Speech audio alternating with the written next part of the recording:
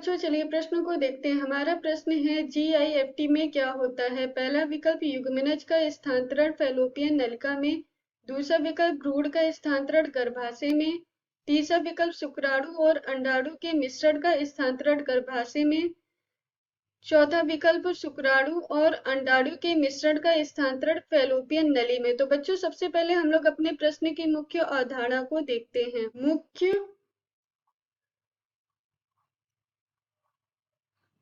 अवधारणा के अंदर बच्चों हम लोग GIFT तकनीक के बारे में जानते हैं कि ये GIFT तकनीक क्या होती है। GIFT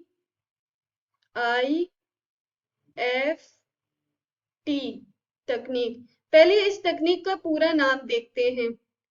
इसका पूरा नाम युग्मक अंतः फैलोपियन स्थानांतरण होता है। युग्मक अंतः फैलोपियन स्थानांतरण होता है। स्थानांतरण बच्चों, ये एक अंतः निषेचन तकनीक होती है। अंतः निषेचन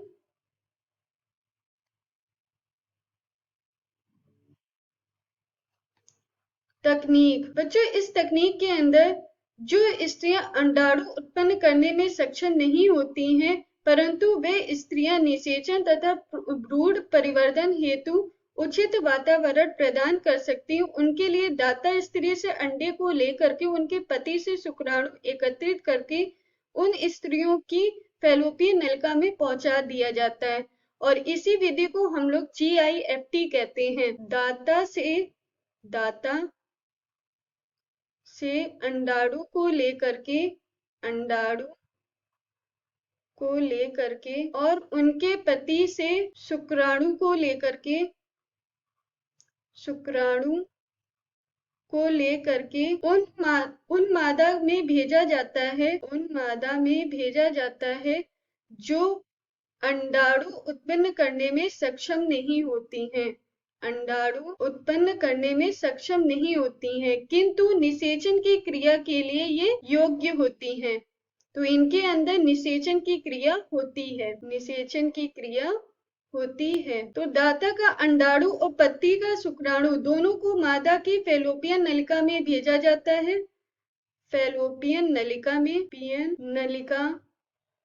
में भेजा जाता है, जहां पे निषेचन की क्रिया होती है।